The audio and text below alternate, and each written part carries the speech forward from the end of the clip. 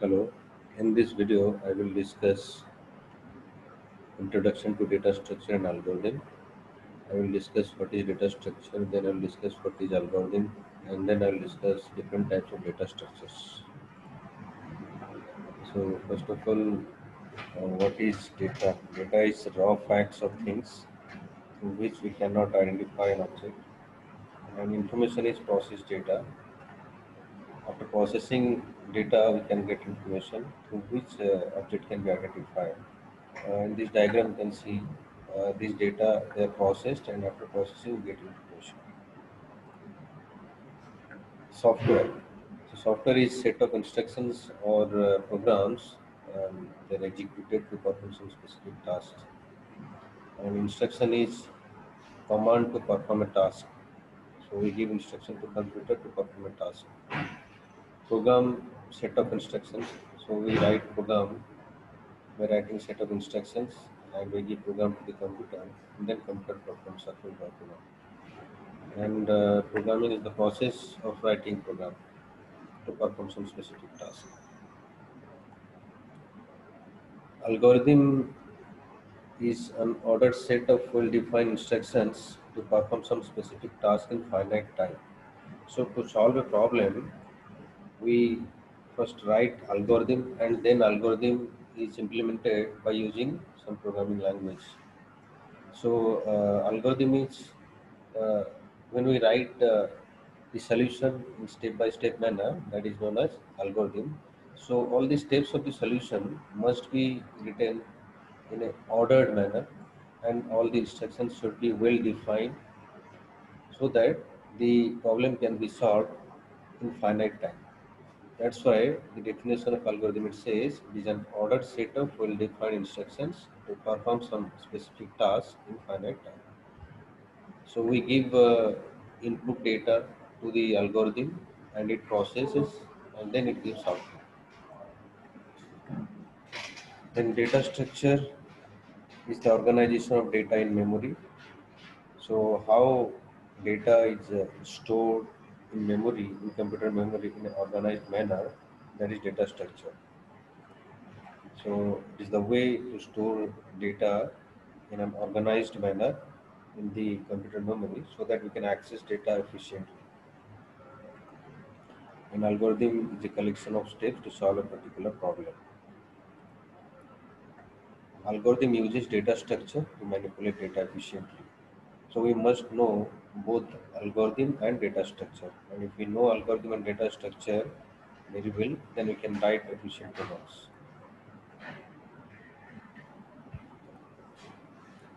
Different types of data structures are there. Basically, there are two types of data structures: primitive data structure, primitive type data structure, and then non-primitive data structure. Primitive data structure are the primitive data types we are using. For example, integer data structure, data type, character data type, float, double. So all these primitive data types are primitive data structures. So these are predefined. So how data will be stored in computer memory, these are predefined in this case. And non-primitive data structure is the way user defines the way in which data will be stored in memory. So this is user defined. And this non-primitive data structure is of two types again.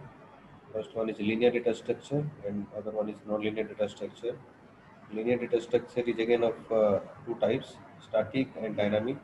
Static means the memory is allocated during compilation of the program, and dynamic means memory is allocated during runtime of the program. And in static memory allocation, memory once allocated, it cannot be changed, and in dynamic memory allocation, memory size can be changed during runtime. Static data structure example is array, and dynamic data structure example is linked list, stack, and queue. And in nonlinear category, we have two data structures. They are trees and graphs. So this is the classification of data structure. Types of data structure I discussed in the previous slide. Two types: primitive data structure and non-primitive data structure. Primitive data structure I discussed. the previous slide. Example, integer, character, float, double, etc. It can hold a single value only. This one also I discussed. Non-primitive data structure, it is user defined, and two types: linear data structure and non-linear data structure. Linear data structure and non-linear data structure, if we compare these two data structure, in case of linear data structure, uh, the one data item can be connected to one other data item only, and the data items are arranged sequentially like this. You can see here in this diagram, data items are arranged sequentially, and one data item is connected to one other data item. But in case of non-linear data structure, here this one element can be connected to two or more number of data items, and here this is not linear.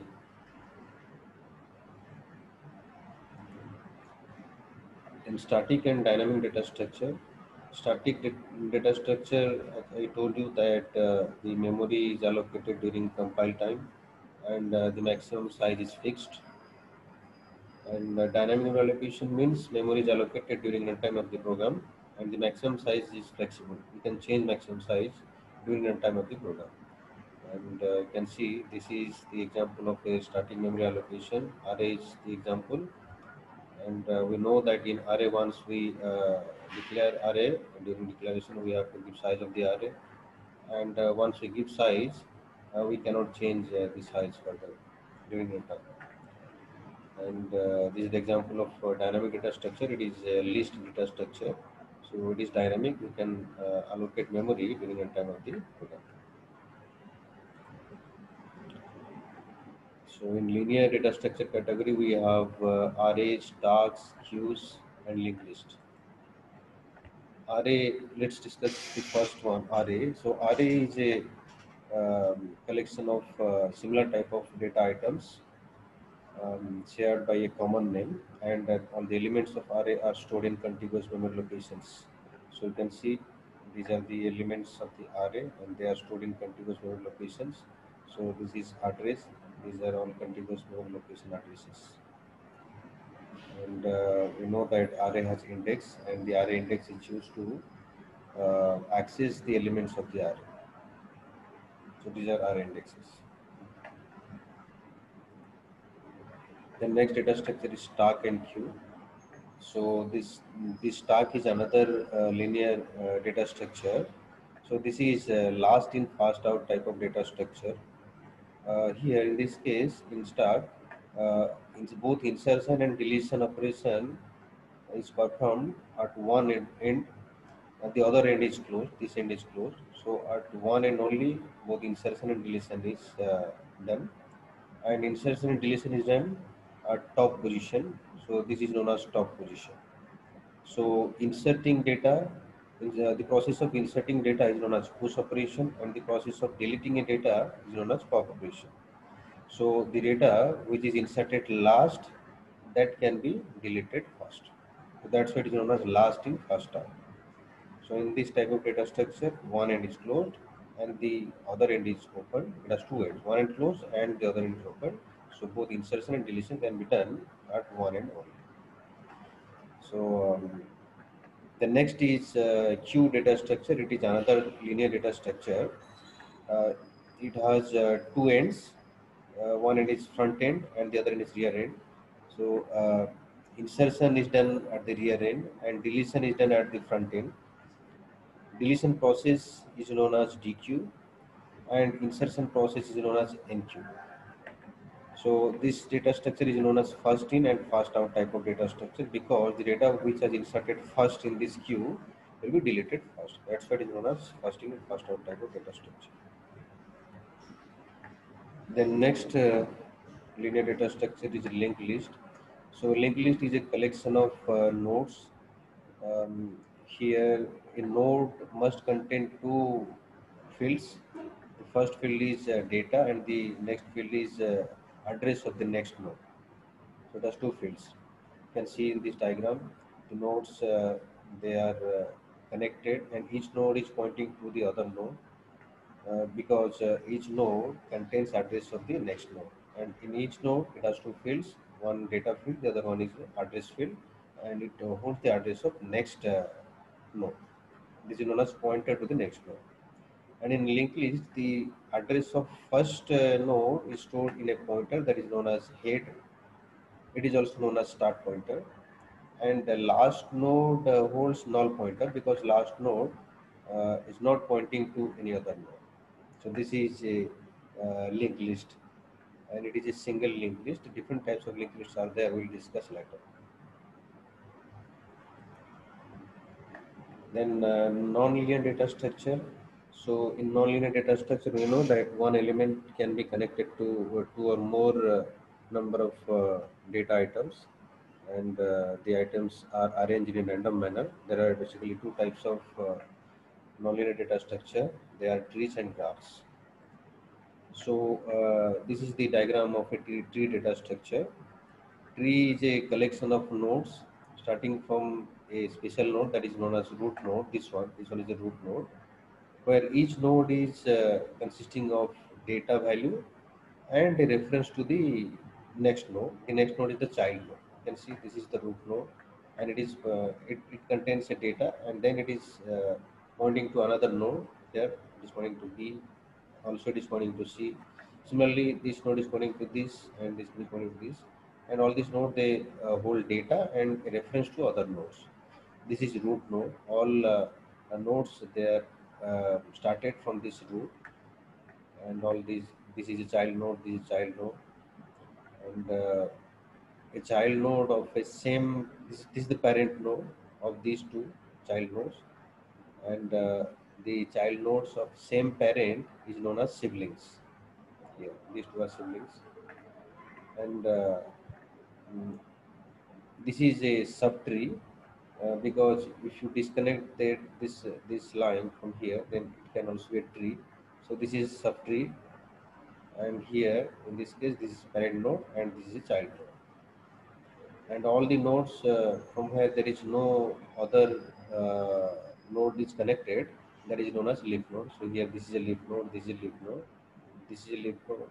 So all these are leaf nodes, and the root node is at level 0, and then the next level node are in level 1, and then the next level in level 2. So likewise the level increases.